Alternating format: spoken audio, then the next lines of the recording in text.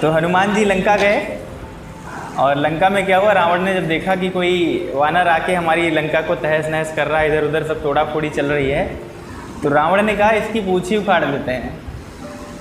तो हनुमान जी एक जगह पे जाके रुकते हैं, वहाँ पे रावण पहुँच जाता है पीछे से और उनकी पूँछ पकड़ लेता है, अपने दसों भुजाओं का बल लगा के पूँछ पकड़ लेता है। कहता अभी इसको उखाड़ के फेंक दूंगा। कोशिश कर रहा था, उखड़ नहीं रही थी ना, तो कह रहा था अभी इसको उखाड़ दूंगा उखाड़ दूंगा उखाड़ दूंगा।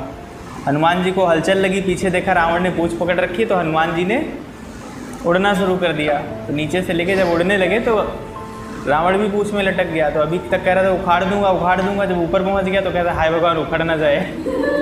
अब समझ रहे हैं। तो नीचे आता है रावण, जैसे जैसे पूँछ छुड़ा के मतलब छोड़ के भागता है, अपनी सेना को भेज देता है, सारी सेना को भेज देता है हनुमान जी के पास, जाओ इसको हरा के आओ, उस वानर को भगाना है। तो सारी सेना जाती है वहाँ पे, चारों सेनाएं भेज देते हैं, रथ वाले, हाथी वाले, घोड़े वाले और पैदल वाले, सारे वहाँ जाते हैं। आधे एक घंटे में एक दो वापस आते हैं, तो उनसे पूछते हैं सेना कहाँ है, बोले सेना साफ। तो बोले सेना ऐसे कैसे साफ, एक वानर था। बोले एक वानर है, उसने पता नहीं क्या क्या कर रखा है, पूरी सेना साफ कर दी।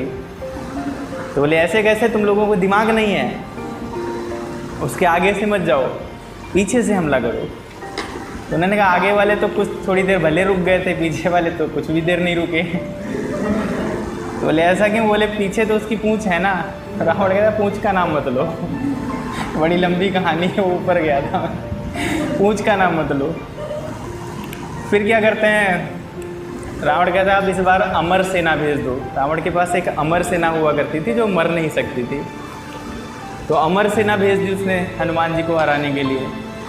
हनुमान जी के पास पहुंचती है, अब पता पहले से लग जाता है, गुप्तचर होते हैं कि अमर सेना आ रही है, अब क्या करेंगे, वो तो मरेगी भी नहीं।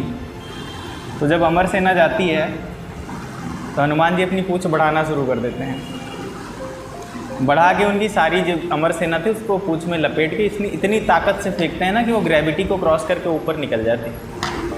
अब वो उनकी सेना जो है मर तो नहीं सकती थी, लेकिन वो ऊपर लटकी हुई है वहाँ स्पेस में। भाई फिर भागता हुआ रावण के पास आता है गुप्तचर, सेना कहाँ गई, सेना साफ। बोले क्या हुआ, बोला मैं बताऊँगा, आप गुस्सा करोगे। नहीं गुस्सा करूँगा, बताओ। उसने कहा फिर वही पूँछ से उसने सेना को फेंक दिया। तो बोला पूँछ का नाम मत लो, बड़ी लंबी कहानी है, पूँछ का नाम मत लो। तो कहने का मतलब है कि जो भी आपकी पूँछ उखाड़ने आए ना, उसको डरा के रख दो कि पूँछ से वो डरना शुरू कर दे। पूँछ का नाम मत लो, उसके पास मत जाना पूँछ खींचने, वो पता नहीं क्या क्या करेगा। तो जब भी कोई निगेटिव करने की कोशिश करे आपको ना, तो आपके पास ऐसा कॉन्फिडेंस होना चाहिए कि लोग सोचे अगर मैंने इसको निगेटिव करने की कोशिश की तो ये दोगुना पॉजिटिव हो जाएगा। फिर इसके मन में आ जाएगा अब तो मैं करके रहूँगा, तो लोग फिर निगेटिव करने ही छोड़ देंगे, क्योंकि उनको लगेगा ना मेरे निगेटिव करने से ये सक्सेस हो रहा है। लोगों को क्या चाहिए, आप उनसे आगे ना बढ़ें। एवरीबडी वॉन्ट्स दैट कि सारे लोग अमीर हो जाएं, लेकिन उनसे ज़्यादा ना हो, ये सबके मन में होता है, नॉर्मली होता है। जितने भी अमीर लोग हैं ना, चाहेंगे सारी गरीबी ख़त्म हो जाए, सब अमीर हो जाएं, लेकिन हमसे ज़्यादा ना हो। समझ में आ रहा है? तो निगेटिविटी शुरू कहाँ से होती है, जब आप उनसे आगे बढ़ना शुरू कर देते हैं।